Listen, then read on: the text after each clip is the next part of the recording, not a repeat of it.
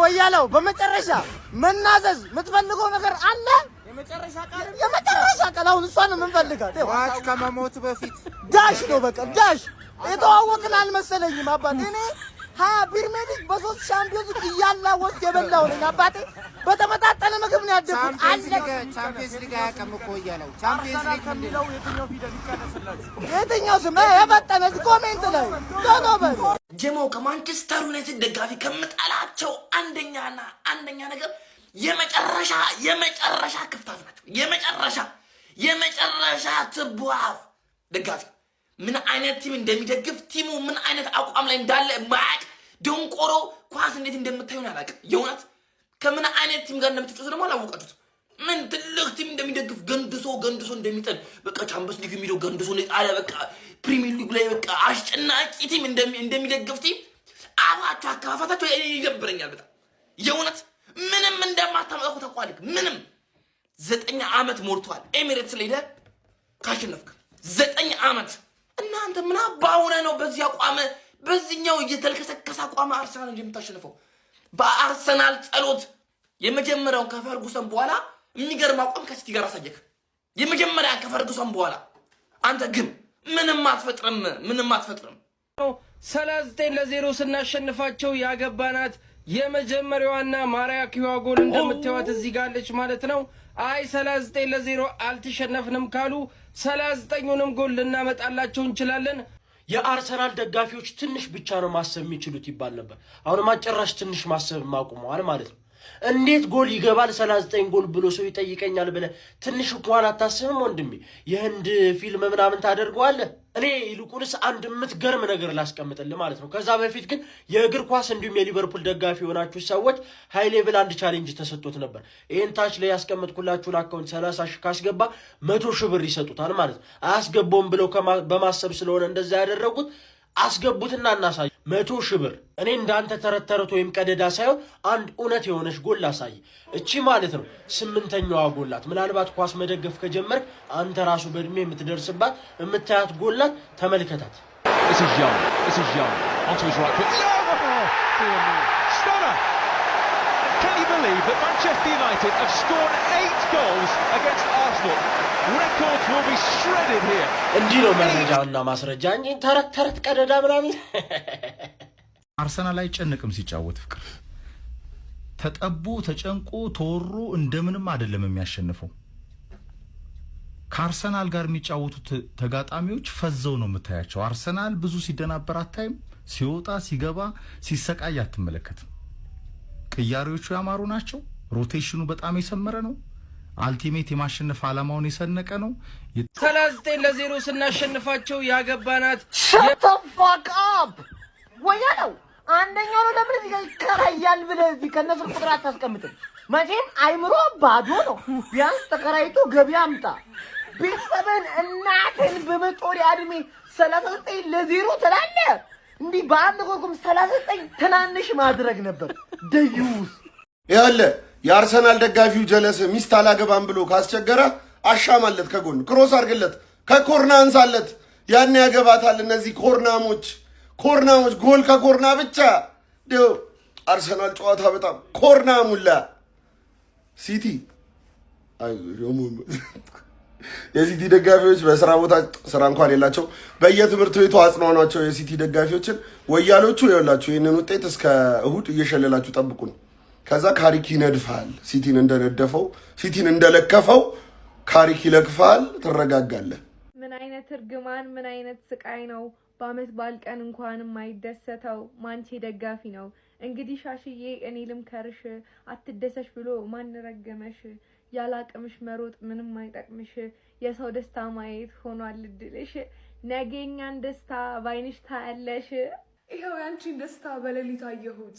ቡድንሽ ግራ ገብቶት ወዲያ ወዲህ ሲሉት ለራሱም አልሆነ እንኳን ሊደነፋ ሚዜውን ቀፋፋ አሉት ባካፋ። አይደለም ሊያገባው ሌሊት ነው የፈታ። ሊቬ እንደምን አለ የአርሰናል ጌታ።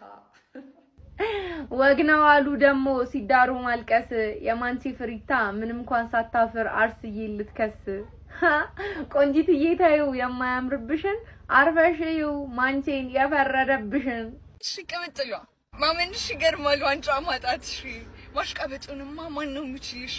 የንጉሱ ልጅ ነኝ ብዙም አልንጫጫ ክለብሽ አይደሎ የማይበላ ዋንጫ 8-2 እያልን አይምሯቸውን ስንነካቸው 39-0 የሚል የነሆለለ ታሪክ የደከመ የሌለ ታሪክ ይዘው እየመጡ ነው። ለነሱ መልስ እንሰጣለን። በደንብ ኮፒ ሊንክ ሪፖስት ይደረጋል። ከዛ በፊት ግን ማለት ነው ዩናይትድ ከአርሰናል ይሄንን ያበደ ጨዋታ የት ነው የምታዩት? እስቲ ኮሜንት ላይ እኛ ቪአይፒ ለሆኑ ገስቶቻችን ብቻ ያበደ ኢቨንት አዘጋጅተናል። ቪአይፒ ኦፕን ኤር ላይ ማየት ለምትፈልጉ ኦሬዲ እንግዲህ የአንቂ ፋሚሊዎች አሏችሁ። ደንበል ፊት ለፊት አበሩስ ገባ ብለው አበሩስ ህንጻ ገባ ብለው የተወሰነ ሁሉ ጊዜ አብረን የምናይ ፋሚሊዎች አለን። ያንን ፋሚሊ አሁን ትንሽ ሰፋ ስለምናረገው መቀላቀል የምትፈልጉ እንግዲህ ከች በሉ። በቃ በጣም ኮምፈርታችሁ በተጠበቀበት ሁኔታ ማለት ነው ክላሳችሁን ጠብቃችሁ ከኛ ጋር ማየት የምትፈልጉ ሰዎች ደንበል ፊት ለፊት አበሩስ ህንጻ የሚላለ በሱ ህንጻ ገባ እንዳላችሁ አንቂ ባርና ሬስቶራንት አለ ማለት ነው። ከ11 ሰዓት ጀምሮ መምጣት ትችላላችሁ ማለት ነው። ቦታ እንዳይሞላ በጊዜ ብመጡ አሪፍ ነው። ያ ቦታ መጠየቅ ከፈለጋችሁ ደግሞ ከ10 ሰዓት ጀምሮ እኛ እዛ ነው የምንሆነው፣ ላይቭ ላይ ነው የምንሆነው። ላይቭ ላይ መጣችሁ ቼክ አርጉ ማለት ነው። 39-0 ምናምን የሚሉት ግን ማለት ነው ልክ ቲክቶከሮች ያው ቲክቶከሮች ቪው ሲጠርባቸው አገር በግ ፎሎወር እንዳላቸው ስለሚያውቁ እንደዚህ አይነት የነሆለለ ቪዲዮ ይሰራሉ። እነዛ በጎች ደግሞ እያሉ ላይክ እና ኮፒ ሊንክ ሪፖስት ያደርጋሉ። በቃ አገሩ እንዳለ ይላል ማለት ነውና ለቪው እና ለላይክ ብላችሁ ማለት ነው ክለባችሁና ደጋፊያችሁን አታሰድቡ። እናንተን አምኖ በየኮሜንቱ በየሰፈሩ እየሄደ ማለት ነው እንዳለ እየተንጫጫን በያለብን ነውና እናንተ የነሆለላችሁ ቲክቶከሮች ናችሁ የአርሰናልን ደጋፊ የምታሰድቡት የምታስብሉት ልላችሁ ነው። ለማንኛውም ኮፒ ሊንክ ሪፖስት ሼር ይሜ ክለቤ አርሰናል ከሻሼ ጋር አቻ እንኳን ከወጣ መሀል ፈረንጅ አራዳ ላይ በጠራራ ፀሐይ በባዶ እግሬ እሮጣለሁ። ጠብቁኝ። ነፍስን 7ኛ ሰማይ ልክልሃለሁ። አስክሬንን ወይ እዚህ ሀገር ይቃጠልላል ወይ ደግሞ የገበሬ ማሳ ላይ ይወድቅላል። አንተ ሀያ አስረግጬ ነው የምነግርህ። እኔ እንደውም ጸብ ከመጣ ደስ ነው የሚለኝ። በቃ ሳቅ ነው የሚለኝ። ጸብ ነው የምፈልገው። እንደው ጎረምሳ ነኝ ጀግና ነኝ ያለ ሰው በቃ በጣም ደስ ነው የሚለኝ። ስንቶቻችሁ ናችሁ የአርሰናል ደጋፊ 46-1 አርሰናል በማንቸስተር ዩናይትድ እንደተሸነፈ የምታውቁት? ቪዲዮውን ላይክ፣ ሼር፣ ፎሎ እንዲሁም ሪፖስት እያደረጋችሁ ጀምሩት። 1980 ሪከርድ ኦፍ ሂስትሪ ብላችሁ ጎግል ሰርች ላይ ብታደርጉ ማንቸስተር 46 አርሰናል 1 ብሎ ያስቀምጥላችኋል። በሚቀጥለው ቪዲዮ ከነጎሉ እንድሰራላችሁ ከፈለጋችሁ ኮሜንት ሴክሽን ላይ ይሰራልን ከነጎሉ ብላችሁ ጻፉልኝ። ለማንኛውም እንዳይረሳ 1980 46-1 ጨዋታው እንዳለቀ እንድታስታውሱት ነው። ይመቻችሁ። እሁድ ምሽት 1 ሰዓት ከ30 ዓለም በዝምታ ስትዋጥ የከተማዋ መብራቶች በፈገግታ ሲያበሩ አንዳንዶች ከፍቅረኛቸው ጋር የፍቅር ቃላትን ይለዋወጡ ይሆናል። ሌሎች ደግሞ ከቤተሰባቸው ጋር በሞቃት ቤት ውስጥ የቡና ሰዓታቸውን ያጣጥማሉ። ለነሱ ምሽቱ የሰላም ነው። ለኛ ግን ለእግር ኳስ አፍቃሪያን ይህ ሰዓት የጦርነት አዋጅ የሚታወጅበት የልብ ትርታ የሚጨምርበትና መተንፈስ የሚረሳበት የታሪክ ምዕራፍ ነው። የክብር ፍልሚያ መድፈኞቹ ከቀያይ ሰይጣኖቹ። ሜዳው አረንጓዴ ምንጣፍ ሳይሆን የክብር መድረክ ነው። ኳሷ ደግሞ ተራሉል ሳትሆን የሚሊዮኖች ህልም የተሸከመች የነፍስ ጥሪ ናት። በአንድ በኩል በሰሜን ለንደን ሰማይ ስር የሚነደው አርሰናል፣ በሌላ በኩል ደግሞ ከታሪክ ማማ ላይ የሚገሰግሰው ማንቸስተር ዩናይትድ። አርሰናል ማለት የእግር ኳስ ግጥም ነው። መድፈኞቹ ሜዳ ውስጥ ሲገቡ ኳሷን እንደ ሙዚቃ ኖታ እያቀባበሉ የጥበብ ድግስ ይደግሳሉ።